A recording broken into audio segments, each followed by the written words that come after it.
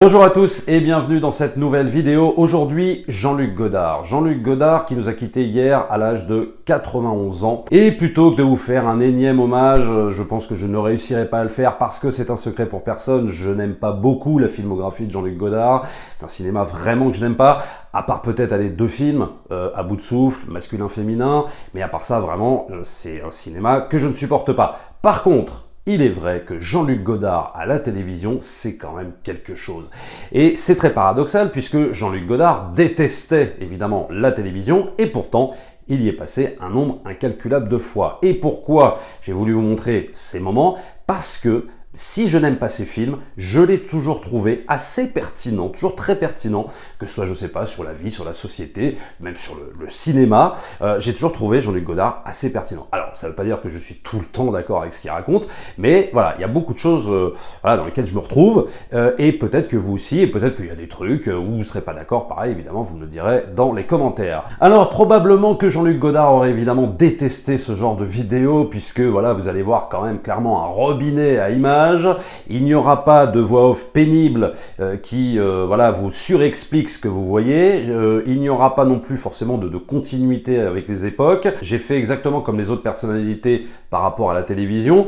Et c'était d'autant plus plaisant de faire ce genre de vidéo que justement peut-être que Jean-Luc Godard aurait détesté ce genre d'exercice. Voilà, bon, j'espère quand même que vous apprécierez. Abonnez-vous à la chaîne si ce n'est pas encore fait, likez, partagez comme d'habitude.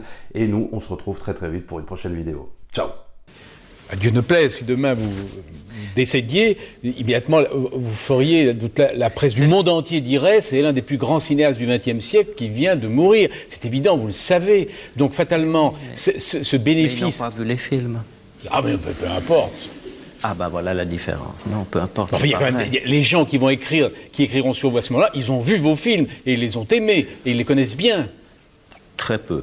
La télévision fabrique de l'oubli. Le cinéma a toujours fabriqué des souvenirs. Défense de se servir du zoom. Jean-Luc Godard. Ça, alors, c'est l'ennemi numéro 1 du cinéma. Et la preuve, c'est que c'est la télévision qui l'emploie sans arrêt. Ironique ou Ah non, mais je déteste le zoom, justement. Je pense que le cinéma, Lumière, n'a pas inventé le zoom. Enfin, il a tout inventé, sauf le zoom. Là, la télévision fout rien. Nous, on travaille un peu, enfin pas grand-chose. Mais elle fout rien. Ouais. Une caméra de télévision ne fout rien. Une caméra de cinéma n'est pas dans cet état-là, quand même. Je voudrais demander à Jean-Luc Godard ce qu'il a retenu de l'actualité. Rien du tout. Rien du tout. Est-ce que vous vous intéressez en manière générale? Est-ce que les gens de cinéma ont le temps de s'intéresser à l'actualité? Vous qui êtes un cinéaste, je vais y arriver, engagé, dit-on. Si on voyait à la télévision plutôt que d'entendre, qu'on parlait moins, qu'on voyait plus, je pense que je pourrais retenir. Mais comme on fait que parler, moi j'ai rien vu du tout. Justement, en tant que cinéaste, alors vous pensez que nous, journalistes de télévision, nous nous montrons trop et nous ne montrons pas assez? C'est ça l'idée? Vous montrez pas ce que vous voyez, vous parlez par-dessus. Est-ce que ça serait suffisant pour qu'on comprenne? Parce que là, vous m'intéressez directement. Comprenez déjà ce que vous voyez, vous verrez si vous comprendrez après. Est-ce qu'il peut y avoir une idée non américaine pour fabriquer le flot d'images que demandent les tuyaux passés, présents ou à venir? Non, un tuyau ne demande aucun flot d'images. Alors un tuyau, c'est un tuyau. Vous décidez, vous, d'y faire passer des choses, ou vous prétendez que l'autre veut absolument, si vous torturez quelqu'un, que vous que vous le mettez à la question, vous lui mettez un tuyau dans la bouche, puis vous versez de l'eau. Alors, mais c'est vous qui voulez absolument forcer l'autre à avaler de l'eau. Alors vous pouvez prétendre que l'autre le veut, et que c'est pour son bien. C'est arrivé, des choses comme ça. La télévision, c'est un peu ça.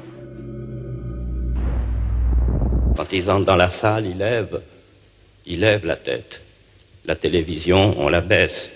C'est pour ça qu'il y a besoin de cinéma et que le cinéma restera, car il faut lever la tête.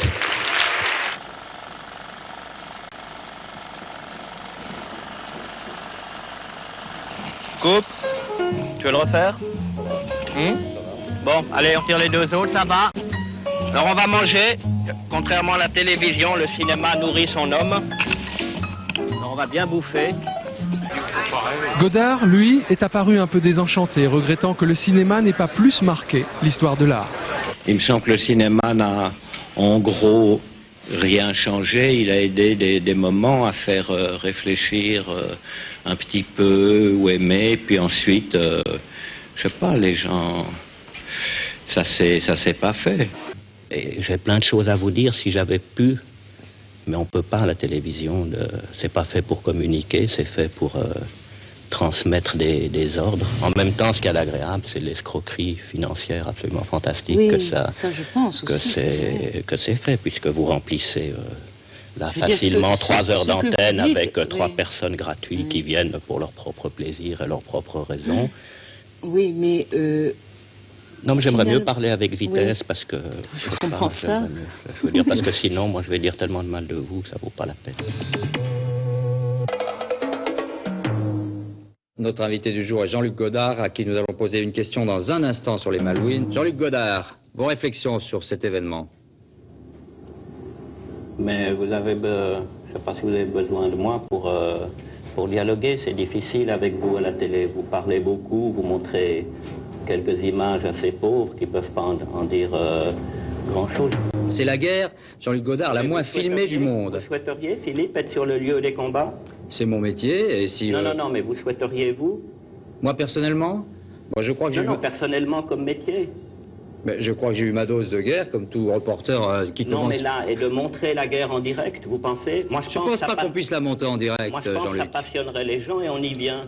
Et on y vient, les jeux du cirque. Et la guerre est faite pour passer à la télévision. Pourquoi vous ne le dites pas, Philippe? Et vous commencez pas votre journal en disant « je ne sais pas ». J'ai commencé mon journal, Jean-Luc, en disant information contradictoire et confuse. Non, mais L'Argentine je dit ne une sais pas chose, ce qui se passe. Londres autre chose. Information contradictoire, vous avez l'air de savoir que c'est information contradictoire. Dites, moi, chef d'antenne 2, je ne sais pas ce qui se passe. Enfin, ou du moins, je ne vois pas ce qui s'est passé. Vous pouvez dire ça? Je n'ai pas vu ce qui s'est passé au Malouines. Ça vous convient? Ça vous satisfait?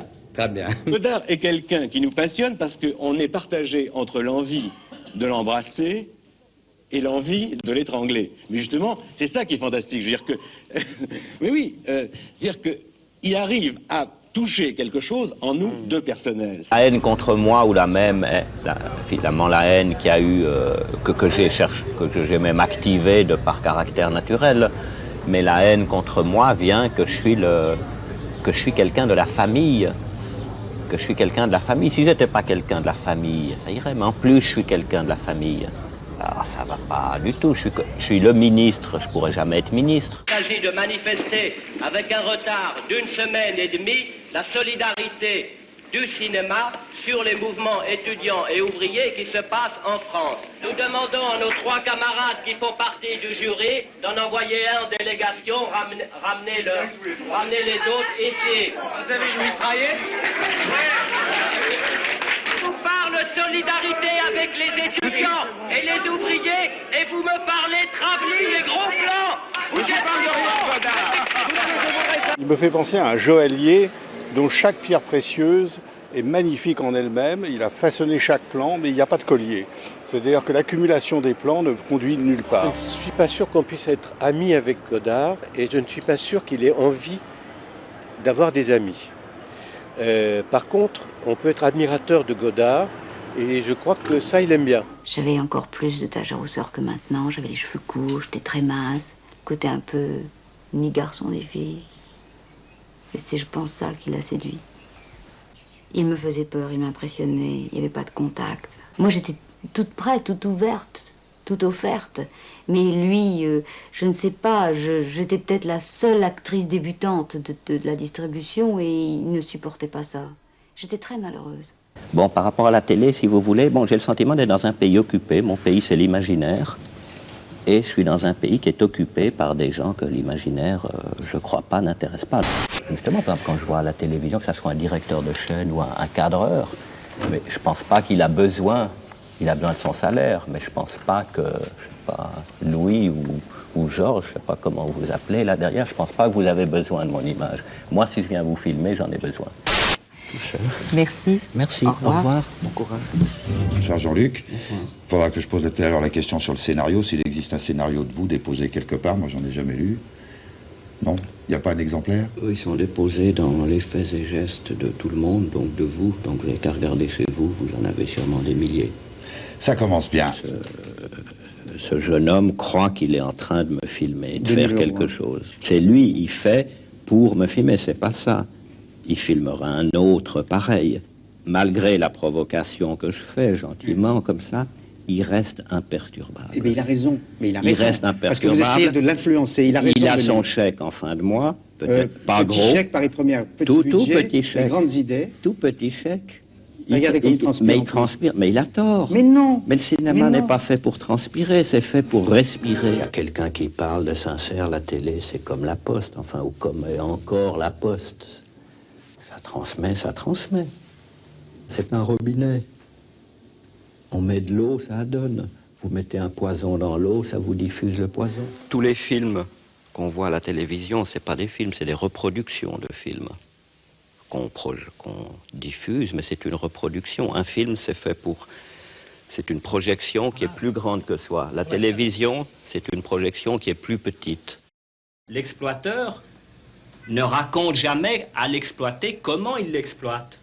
Donc nous, qui sommes précisément l'information, le cinéma, la télévision, la presse, nous qui sommes dans ce discours de l'exploiteur qui raconte à l'exploité, nous devons précisément raconter d'une autre manière. Ce que les gens aiment voir, c'est Dallas quand même, le schématique. Ah mais Dallas, c'est pas mal. Il y a quand même pas mal, c'est une référence comme ça, il y a un certain travail. Moi j'aime bien voir Dallas, mais pas tous les jours, pas toutes les semaines.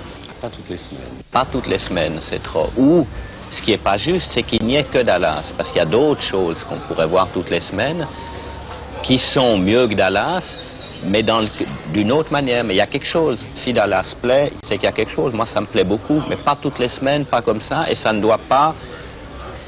Ce qui me gêne dans Dallas, ce qui fait que je ne regarde pas toutes les semaines, c'est que la même semaine où passe Dallas, il n'y a pas 5 trucs qui pourraient être faits d'une seule manière. Il n'y a que le truc américain. Et que le truc américain qui est d'une certaine qualité moyenne, si vous voulez, qui correspond à quelque chose, il n'y a plus de concurrence. On ne va pas mettre un compteur arabe sous-titré à la télévision à 20h30. Mais vous mettez bien un compteur américain doublé. Parce qu'on est complètement avalé par la civilisation américaine. Mais parce que vous aimez bien vous faire bouffer. Dont je voulais vous parler, qui s'appelle Quentin Tarantino, qui vous adore, qui revendique votre influence, qui a baptisé sa société Bande à part. Oui, il n'a rien payé, oui. En référence à l'un de vos films. Non. Il vous intéresse, Tarantino? Non, absolument. Comme on disait au XVIIIe siècle, un faquin. Un faquin? Un faquin, oui. Un pauvre garçon. Mais tant mieux s'il est heureux. Ça, alors, j'ai plus de... Autrefois, c'est le genre de gens qu'on détestait ou tout ça, mais plus maintenant. Jean-Luc Godard qui se trouve derrière la caméra 1, qui regarde ce que fait notre cadreur. Alors vraiment, c'est une des grosses escroqueries de notre époque, Jean-Luc Godard, la télé.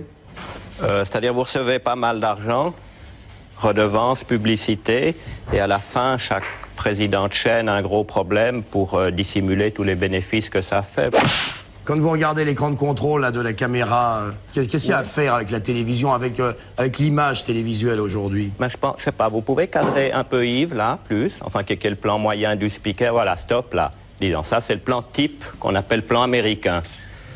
Eh bien, je crois qu'il y a un point commun entre la Vierge et vous, Yves, c'est que la peinture a toujours cadré la Vierge comme on cadre les speakers aujourd'hui. C'est-à-dire, c'est quelqu'un qui annonce les nouvelles. Est-ce qu'on peut se rapprocher d'Yves? En gros plan? Mais je la vois pas. Voilà. Bon, c'est ça que vous appelez un gros plan. Mais je ne sais pas, non, je suis pas réalisateur. C'est comme ça il faudrait cadrer comme ça. Enlever une lumière, par exemple, ici. Au revoir. Et à demain, à 13h, avec Marie Rouget. Là, vous rigolez, vous ne le dites pas sérieusement. Vous ne pensez pas que vous allez les revoir demain. Mais enfin, bon, mais vous êtes quand même un cas à part dans le cinéma, parce que la plupart des cinéastes... Je suis à part, c'est que je gagne ma vie avec des films qui ne marchent pas. Voilà, ça c'est très à part. Mais comment faites-vous? Ben je sais pas. Moi j'ai toujours cherché à vendre mes films et à gagner ma vie. Je suis là pour gagner ma vie. Il y a un poème de Brecht qui s'appelle Hollywood, qui est très court, qui dit chaque matin je vais au marché où l'on vend des mensonges, et tout joyeux je me range du côté des vendeurs. Moi je suis tout joyeux, je me range à côté de vous. C'est tout à fait cynique et provocateur, mais c'est du Godard. Mais non, venons-en aux choses sérieuses, que vaut le film? On parlait avec Pierre-André Boutang juste avant l'émission. Oui. moi je dirais même presque choqué par la virulence de vos remarques sur votre vieux complice Jean-Luc Godard. Je dis vieux complice entre guillemets, mais c'est comme ça que nous... Je croyais que vous allez me dire sur un mort, mais il n'est pas mort. Non, il n'est pas mort. Je pense qu'on a des relations passionnées avec les morts aussi, avec les vivants et avec les morts. Non, là je crois qu'il s'agissait de répondre à des questions des cahiers. Je ne l'aurais d'ailleurs pas attaqué ailleurs qu'au cahier. C'était quand même... Ah, ici par exemple. Non, je trouve que c'est un très bon cinéaste qui a beaucoup de talent, mais il se conduit affreusement dans la vie et c'était une occasion de le dire publiquement, alors qu'on le dit en privé d'habitude. Vous pensez Il nous protégeait parce qu'il n'osait pas attaquer à travers lui, qui était comme, à mon avis, plus conventionnel que d'autres. Il n'osait pas attaquer de front un certain genre de film ou d'art ou de résistance artistique au sens où le dit Straub. Aujourd'hui, le metteur en scène Jean-Luc Godard a reçu en effet une tarte à la crème en pleine figure de la part de quelqu'un qui n'avait pas apprécié la nudité de la Sainte Vierge dans son film « Je vous salue, Marie ». Sur l'escalator qui le conduit à la projection de son film détective, Jean-Luc Godard, très calme, ne sait pas ce qu'il attend. Attention, une tarte à la crème en pleine figure. Il a bien pris la chose, l'assaillant s'enfuit. Son boulot. Moi, j'ai retrouvé celui qui lui a filé la tarte. On fait directement dans le forfait la tarte à Jean-Luc Godard. Absolument. Il se fait que Georges Le Gloupier a amorcé une gloupitante guérilla pâtissière contre l'ensemble des sommités politico-culturelles lui semblant désespérément tartes.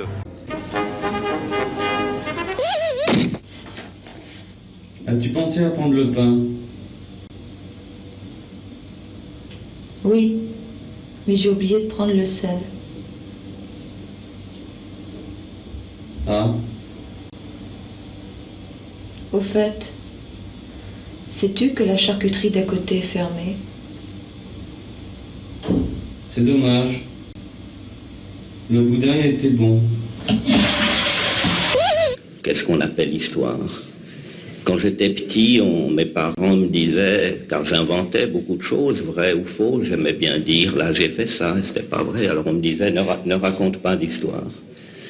Et puis ensuite, quand j'ai commencé à faire du cinéma, et que j'ai obéi à mes parents, et que j'ai essayé de ne pas raconter d'histoire, alors là, tous les producteurs et les journalistes m'ont dit, mais mon grand, il faut raconter des histoires. Vous nous déroutez un petit peu parce que vous nous faites oublier le grand sujet qui est les sans-papiers quand même, et la possibilité d'entrer dans ce pays. Oui, mais le vrai cinéma, c'est fait sans papier. La vraie peinture se fait sans papier. Le vrai roman, la vraie poésie, se fait avec du papier. Et voilà. To present your last film, Tightrope, but I think there's one thing that hardly anybody talked about, and it's your, I think, 3 meetings with Jean-Luc Godard concerning his next film. What do you think brought him to get in touch with you? For what reason, I don't know. You usually produce your own films. Do you think you might also produce this film that Jean-Luc Godard is going to direct? I'll say no. This film with Jean-Luc Godard, is this because you feel like renewing your image, maybe? I have no idea. Is it a kind of a challenge for you? I think so. Je veux dire, j'ai l'impression d'aimer moins le cinéma qu'il y a un an. Uniquement parce que j'ai fait un film et que ce film a plu et comme ça. Alors je souhaite que mon second déplaise énormément et que ça me donne envie de faire du cinéma de nouveau. Parce que c'est ça l'esprit de contradiction dont je vous parlais, si vous voulez. Là, les gens me font totalement confiance, alors j'espère que je vais les décevoir. Comme ça, ils me feront plus confiance et j'aime mieux travailler avec des gens contre lesquels il faut lutter. Merci Isabelle, bien sûr. Merci aux professionnels de la profession, comme je l'ai dit. Et merci puisque j'ai parlé d'ombre et lumière, aux invisibles. Merci aux filles du montage négatif de LTC. Merci à la standardiste de Gaumont. Car sans elle, je ne connaîtrais pas Nicolas. Merci aux employés de la banque OBC. Merci à ceux-là.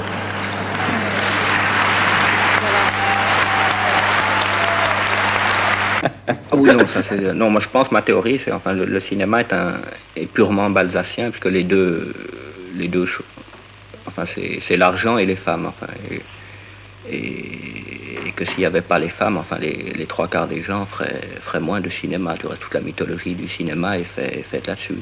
Il y aurait moins de producteurs aussi, justement parce que le directeur de chez Renault ne peut pas voir une jolie femme dans la rue et lui dire « Mademoiselle, passez à mon bureau demain ».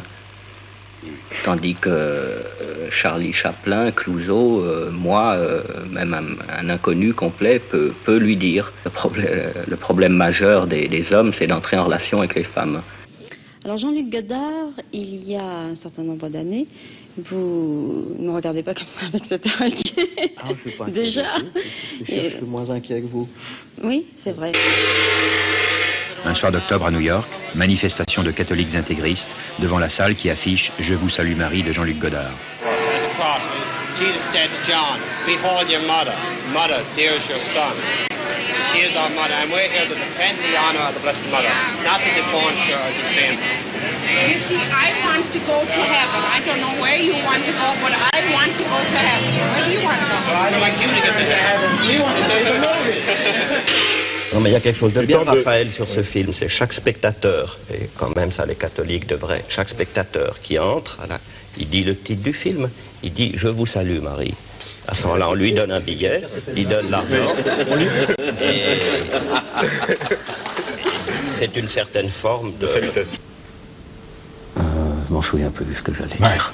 C'est pas très bien. Donc on a le sentiment qu'on ne parle pas, mais qu'on est parlé. Là, j'ai le sentiment qu'on est parlé d'avance. C'est pas qu'on n'est pas filmé, mais on est parlé. Là, je suis pas filmé, mais je suis parlé.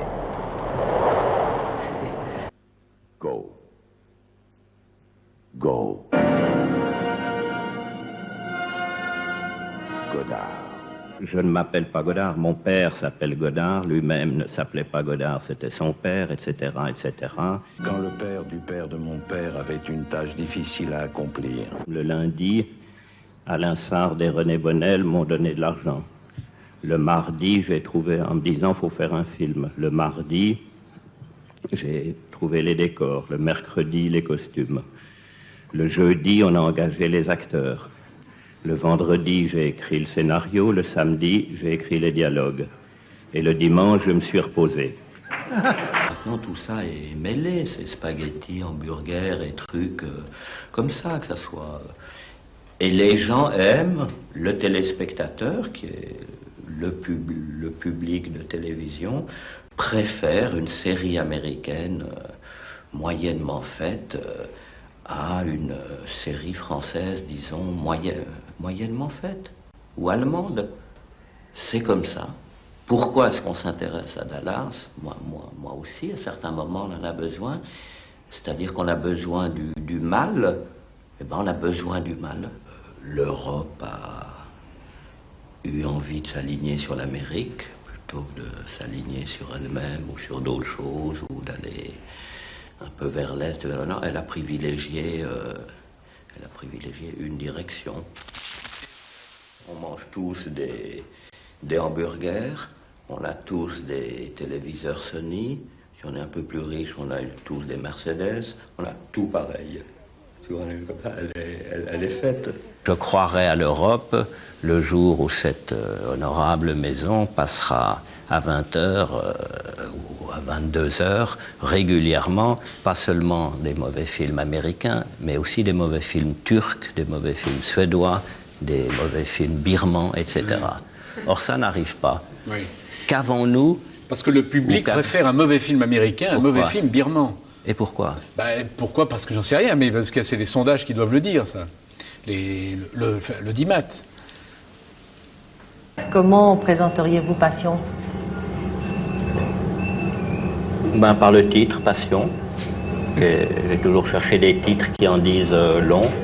Et je ne cherche pas à qualifier par un mot, comme on va peut-être en parler avec Philippe tout à l'heure, toujours cette envie de qualifier, toujours, mais qui finit par disqualifier même la réalité, si vous voulez, à force de vouloir la qualifier.